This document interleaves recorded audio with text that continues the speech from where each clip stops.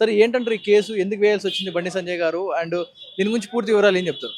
దీంట్లో ఈ case register అయిన తర్వాత దీన్ని అంత పొలిటికల్ ఒక పార్టీ కూడా టేకప్ చేయడం జరిగింది. దీంట్లో వాళ్ళకి సంబంధించి డైరెక్ట్ ప్రెస్ మీట్లు పెడతా ఉన్నారు. బండి సంజయ్ గారి మీద పర్సనల్‌గా తర్వాత ఆహ్, ప్రచారాలు కూడా నిర్వహిస్తా ఉన్నారు. కొన్ని తీసుకున్నట్టయితే మెట్రో రైల్‌లో వాళ్ళ పోస్టర్ బండి సంజయ్ గారి పోస్టర్‌లు పట్టుకొని ఈయనను శిక్షించాలా వద్దా?